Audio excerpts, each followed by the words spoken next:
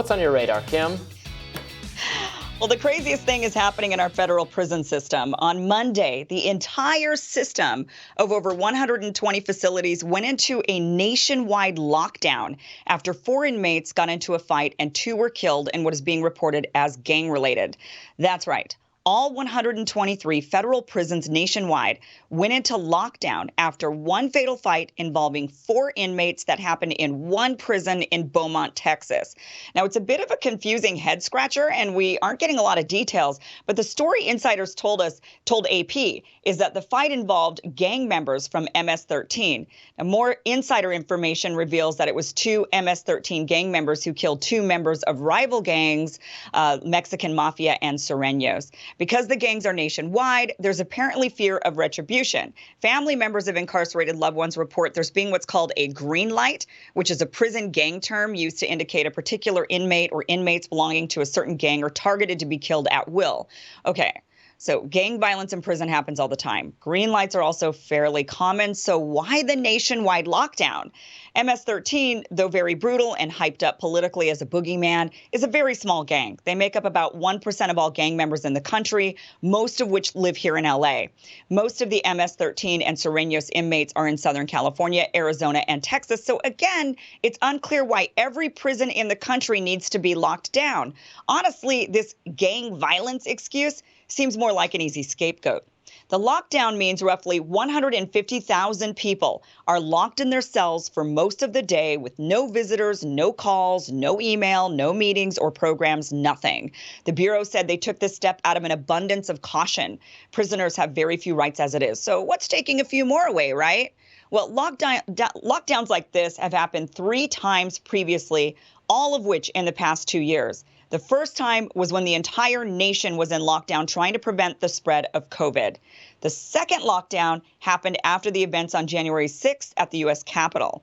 The system went into a third lockdown when Biden was being inaugurated. It's odd that they'd lock down people who are already locked down under the guise of national security, but that is what they did. Now, this time, a small gang fight seems to have sent the system reeling. Prisoners are beginning to wonder if lockdowns are a new normal, and that's what I'm wondering as well. What's most likely happening isn't about gang violence and taking an abundance of caution, as the Bureau is claiming. What's happening is an exertion of newfound power on a population of people no one thinks about and no one reports on. And it's happening because the prison system is facing the same staffing shortage as many other sectors in America. Now the prison wardens and the Biden administration, out of, I'm sure, safety, but also to politically avoid more bad press, is trying to deflect by throwing MS-13 into the mix as a scapegoat. Because once you hear MS-13, you stop paying attention and you just shrug it off as terrible people doing terrible things. The reality is the prison system doesn't have enough guards for all the prisoners. And now they have to keep the inmates locked up more than they already are until, well, it's unclear when this might end. Since the pandemic, prisoners and nursing home residents, I might add, have been living under the strictest, most draconian and inhumane lockdown and distancing measures.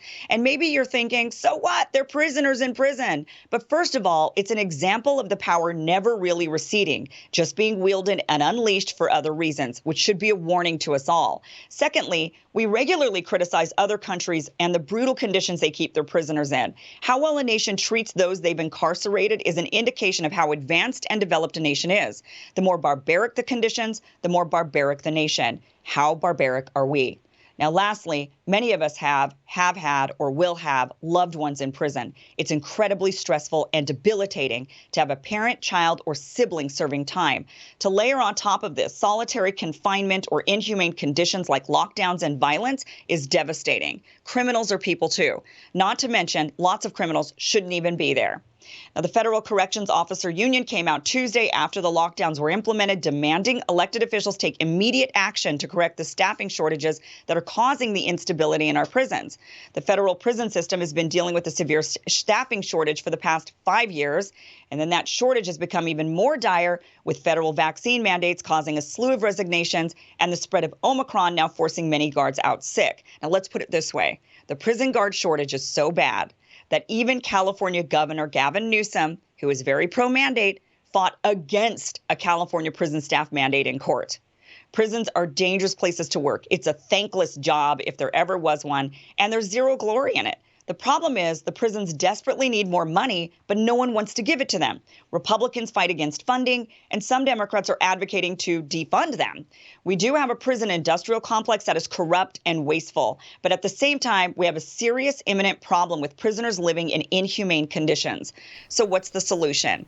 At this point, it sounds like when the resources run low, you just turn to the new tool in the toolkit, lockdowns. Low resources is actually why we as a nation and the entire globe locked down. It was over fear of overwhelming hospitals.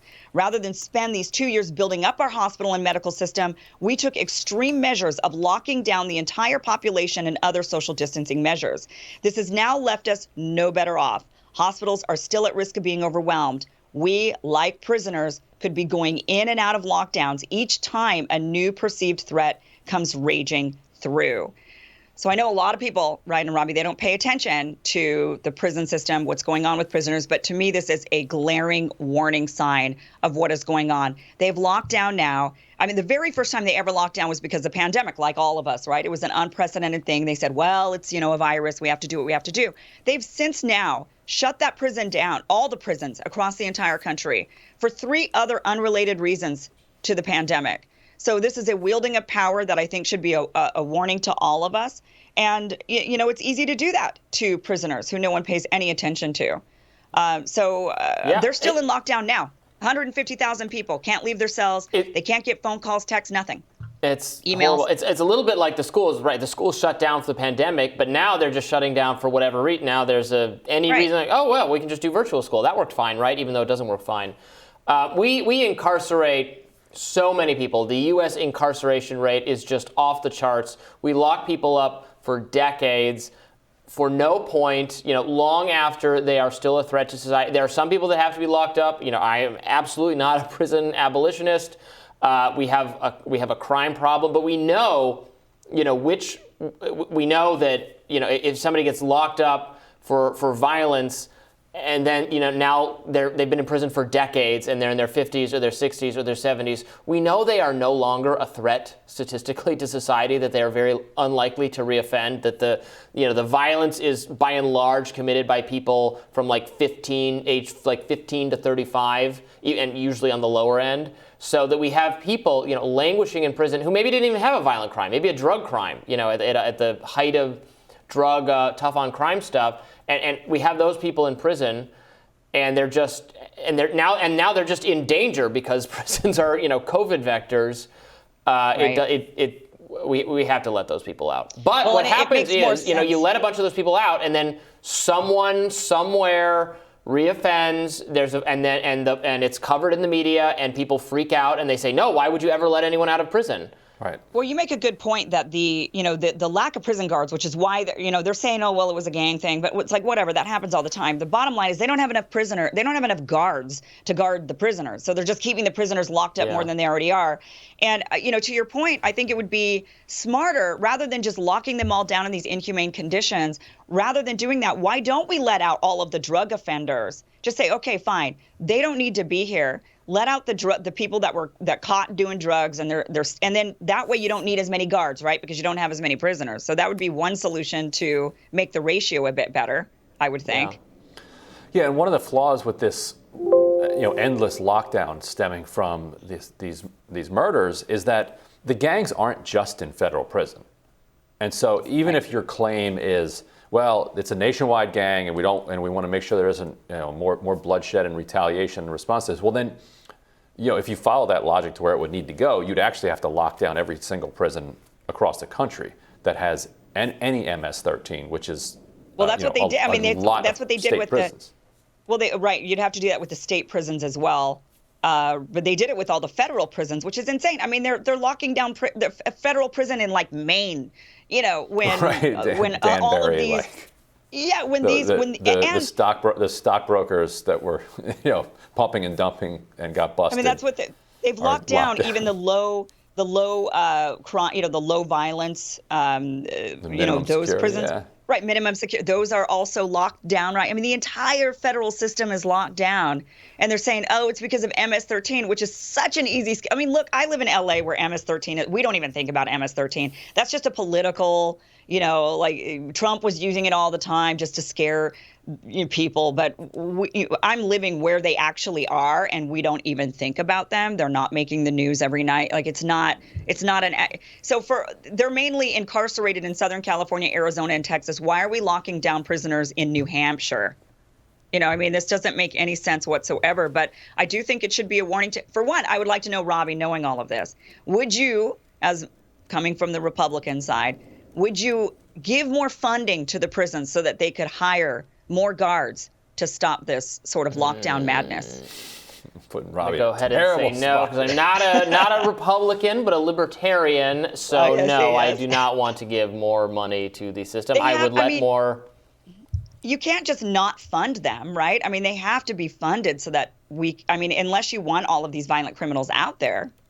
I don't want the violent criminals out, but there are criminals later in the elder criminals who are no longer a danger. Also, we could do what? Can we do ankle monitors? Can we do house arrest? Can we do things other than literally having them locked up in the prison? Maybe more guards is a good use of the resources they have currently. I don't know, but that could be the case. Some of these guards we probably need better guards too. I mean, it is very minimum requirements to be a guard. As far as I can tell, often the guards want the prisoners stabbing and killing each other because if they're fighting amongst themselves, they're not fighting the guards. That's what I've heard from people who know, who do investigations in prisons and that kind of thing. So I'd be very reluctant to put more of those people in charge of running the place. But there's definitely problems with the prison system. Even the head of the Federal Bureau of Prisons has resigned, but he's still in the position until they find somebody else because of how poorly the system is run. And there has been there was kind of a sweeping of some criminal guards. I think it's always yes, and I think it's always great to remember, when we talk about being tough on drugs, getting drugs off our street, getting drugs out of our country, the government can't even keep drugs out of prisons, which are the most locked down and guarded, and there are drugs in they get drugs into prisons. So you're never going to get rid of drugs. You're never going to ban things you want to ban if we can't even keep them out of prison. So. Right. But anyway, lockdowns, they're in lockdown again, 4 lockdowns. That's bad. Everybody should be alarmed by this. They're just using that new power for all kinds of things. And we still have a staffing shortage as well. So we got some problems. We need to fix them. Got some problems. All right. Well, we will be back with more Rising in just a minute to solve some of those problems, maybe.